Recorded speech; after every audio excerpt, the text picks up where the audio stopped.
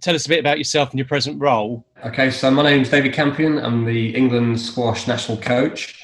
So my area of responsibility is the players, really, and the immediate team of coaches, and putting together a program for our talent pathway. I think we look after probably, or we're involved with over 300 players from Aspire right through England Potential, England Development, up to England Academy and the Team England, the top pros. Briefly, when and where did squash all start for you? I was 7. I was at school with a friend who I think their father played. Fortunately for me, it was a club called Walton Hall, which is in Wakefield, Yorkshire, where I lived. And at that club, Malcolm Wilstrop was the club pro, the head coach. And he had based within there a number of top professionals, Wayne Bryars, Ian Robinson, Christie, his own son, who was a top world junior player. And as Malcolm's done in most places that he's been to over his career, he builds up a really good club structure, framework, and as he's done at Pontefract over the last 20 years. So I was just very fortunate, to be landed in that particular spot. And Malcolm took me under his wing. He saw me hitting a ball around and spotted that I had a little bit of talent. And I'd be there watching the pros finish up at the end of the day, and then that would be it. I'd be there, for a couple of 2 or 3 hours every day after school. So was your plan always to go into coaching after playing? Not particularly, no. I mean, I had a really successful junior career. Reached the final of the World Junior Championships, and Jonah Barrington was the national coach at the time. I was in the age category with Peter Marshall, who went on to become number 2 in the world, and Simon Park, number 3. And I was right in the mix with those guys at a young age, and up to about probably 17, 18-ish. And then, I had a couple of years as a pro, and I think really just body wasn't great. I mean, I didn't do enough of the right things, probably not the information around as much back then. If you got injured, you went to see the physio, whereas nowadays you go and see a physio as part of your routine. It's all the alignment and so on, and the strength, the stability. Back in those days, we didn't do that type of thing. And in squash anyway, it came in much later, and I think that's the reason why players have longer careers now, because they know how to look after themselves and manage their bodies. And I think it's the strength of our program now. If you look at the history of what's happened over the last decade with the likes of Nick and Laura, James, Alison Waters, they're having long careers. They're playing through to their mid-30s. You go back 20, 30 years ago, if you got to 30 and you were still at the top, it was considered exceptional. So, given the current way that players train, the modern kind of way, which is you don't always have to go and flog yourself to move forwards.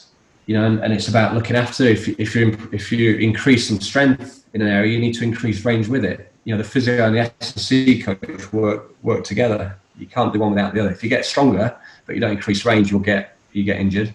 And if you get more range but you don't increase strength, you will get injured. So the two go hand in hand.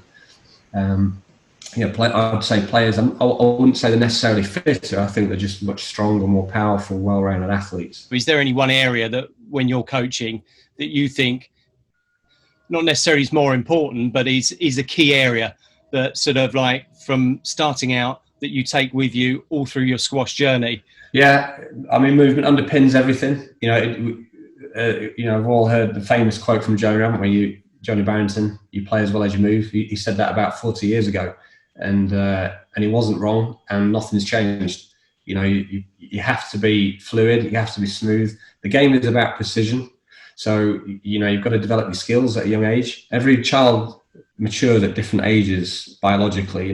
Some will shoot up and get a bit stronger, a bit more powerful, and for a period of time you might have 2 13-year-old players that are side by side, and the one that matures physically a bit quicker will obviously improve. But what you can control to a certain extent is the skill development and what they're doing on a weekly or daily basis. If you can have a young 8, 9, 10-year-old kid who has got the ability to play a soft drop from the back of the court, or take the ball up high and lift it and be able to control it, or have a good understanding of weight of shot, to get the ball into the corner so they're not overhitting.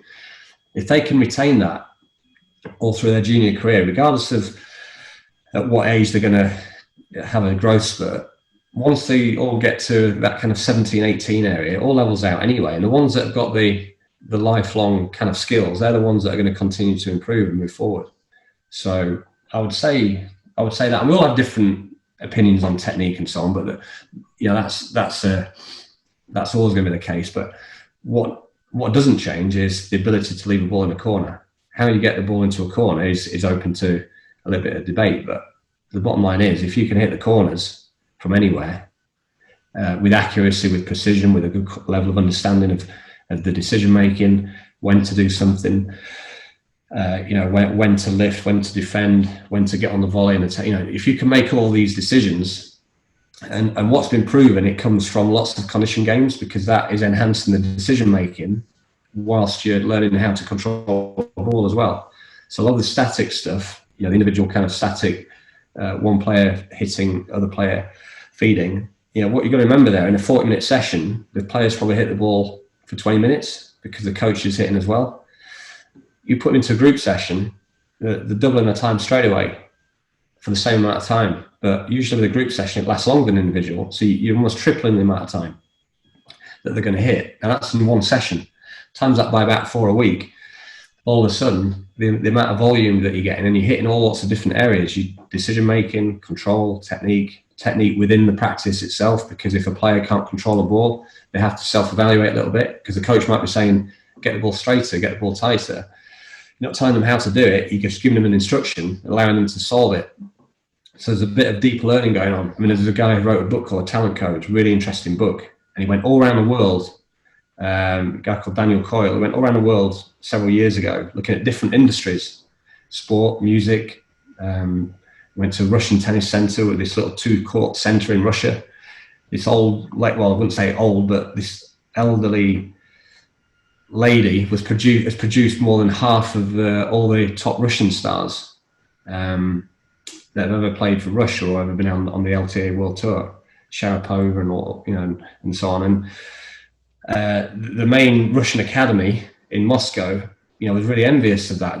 We've got all these millions and pounds of facilities, and we've got this lady out in wherever and out in the sticks, this little 2-court centre that no one had even heard of.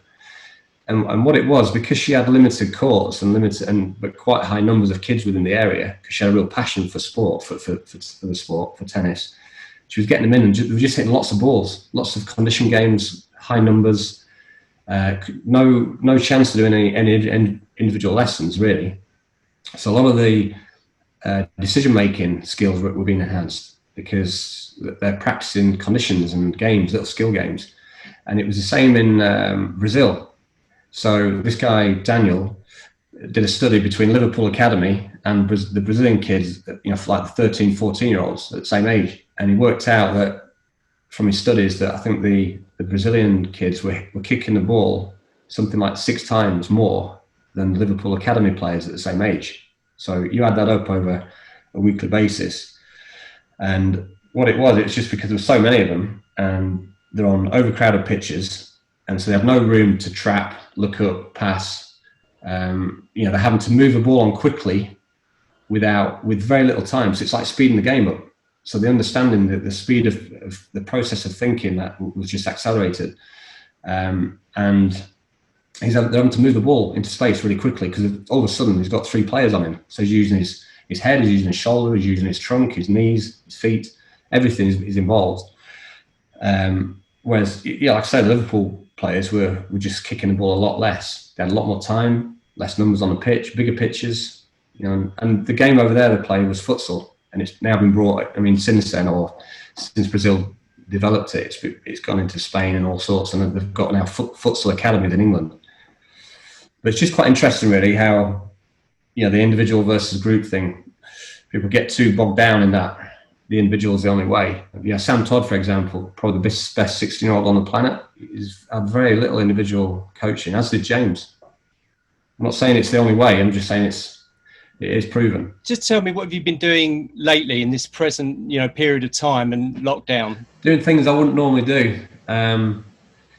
Things like, such as weekly webinars with England Squash, moving a lot of stuff online modules and things. So when we come out of lockdown, it's going to be a little bit more accessible for people, bringing in some external expertise. We had a guy from the All Blacks this week, a sports psych world leading sports psych who's written books and so on, and worked with some high class athletes, world class athletes in the past. And he's been doing some sessions where Nick's been coming in, Laura, James, utilising some of the top guys to feed back into the lower down the pathways, some educational stuff, nutritional workshops. The challenge really through this situation has been for the players, just knowing when to come back. There's been a lot of anxiety around that, what's going to happen and when, what's squash going to look like in the near future.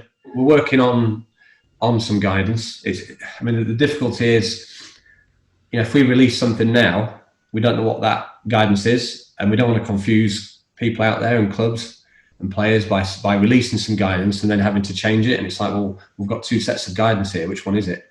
So that's the reason why we've not really put anything out there, is because we just don't know, and we don't want to be,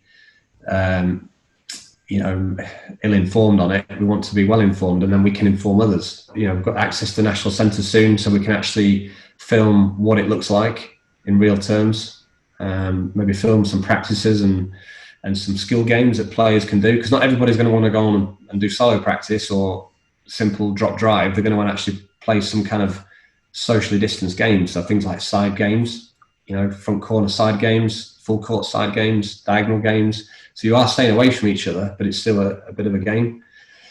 So yeah, we're looking to put those down and get something out to the clubs and the players. So hopefully, we'll have that ready in the next week or two. Is there any one sort of area in all those webinars you've done and the others that you think underpins every step? One area we've probably been lacking in, admittedly, is the county area, the counties. So the county program managers course that we've launched, and I think it's been a real success, is where we bring together county program managers. It doesn't necessarily have to be a coach, but somebody who's going to coordinate things in the county, and just arming them with lots of information and past experience from our team on what a really good county structure or club structure can look like. So that's going to be I think it's something we talked about as a team last week about future webinars, and that's going to be one of them, about how a club can develop a really good system that aids them to produce lots of young players. It's just building up something with a frequency within a club that's affordable, so parents can have got somewhere to go on evening to take their child, where they're going to get organised sessions that are not going to cost an arm and a leg. It's all affordable. So group sessions, obviously, that works well, because for an individual session that might last 40 minutes, you might end up paying 25 quid or something. Whereas for 3-4 squad sessions a week, it costs you less, and you're going to get a lot more contact time, because typically group sessions might be an hour or an hour and a half long. So it's kind of following that model that perhaps the real successful clubs around the country that produce the players, they've already got that underway, and it's just educating other clubs that are not quite sure how to set it all up. That would be a way to go, really, I think. There's a 14-part England squash coaching series on the England Squash website with Malcolm Wilstrop's coaching philosophies, and in one of those they asked him, why do you coach? So I'm going to ask you the same question. Just love the game. It's just in my blood. I don't know. It's in my DNA. Ever since I first hit the ball, and I just loved it. I don't know. It's about hitting the ball. It's a real good feeling. Physically was a bit of a, can you say, nightmare for me in the end. But one thing I really enjoyed and I was good at was hitting a squash ball, and that's something that never goes away. It never leaves you, and I just love. I love watching the game still. I love talking about it. I love being around it. So yeah, it's just a passion for a love of the sport, really. David, I know you've got to go shortly. I've got the last 2 questions for you. I think they're very quick. What's your best moment and biggest achievement as a coach or player? Well, as a player, it'd be one of those junior, probably world team title. When first time England ever won it, I went on and won the deciding rubber against Johnny Williams in 1990. So probably that was a highlight for me, long time ago. Coaching wise, I don't know, something like James won the gold medal Commonwealth Games when I was in his corner there with the men in 2013 when we beat France and Egypt. We came off against France at like something like 3 a.m. It was a monstrous match, absolutely brutal. When Nick beat Gaultier, and then we backed up the following morning lunchtime to beat Egypt in the final. I think James won the deciding rubber. Daryl beat Tarek. I mean, that was an amazing feat, and obviously one of the big highlights actually. And I go back probably the World Junior Team Championships in Malaysia when I was there as coach with Annette Pilling, and that was 2001, I think. Laura Massaro came from 2-11, 7-2 down in the deciding rubber to beat Tricia Chu. That was unbelievable as well. There's been many situations like that. It's hard to really pick one out. Declan James at the men's world team against Castagnet, this just gone. That was an incredible performance that he put in there. World class by any stretch. And his first world team championship in the semi-final, and he had to win, and he was unbelievable. So, yeah, there's a few in there. It's hard to probably put my finger on one. But. Yeah, on the spot, I appreciate it's difficult. Lastly, I saw your Twitter post, the England Squash Twitter post, of you doing your hashtag Tuesday trick and that freestyle challenge. Where did that inspiration come from? Because it's got all sorts in like keepy ups and things like that. It was actually the club manager at Queen's in Halifax, my local club, and he just was doing something on the Facebook thing, and he was just asking members to send little bits in. It wasn't particularly tricks, it was just anything, just send something in. Then he was going to put a montage together. So that's where that came from. And then I think somebody got hold of it and sent it around, and I sent it to a couple of people, and then it ended up on Twitter the next week. But yeah, it's just a bit of fun in the garden one afternoon. And truthfully, how many attempts? 3, probably. I did it all in one go, but I had 3 goes. That's still good. That's still good going. Absolute dedication and focus right from the start. David, I've got to thank you for your time, mate. Yeah, no problem, Barry. Good to chat, and we'll see you soon. Will do. Take care.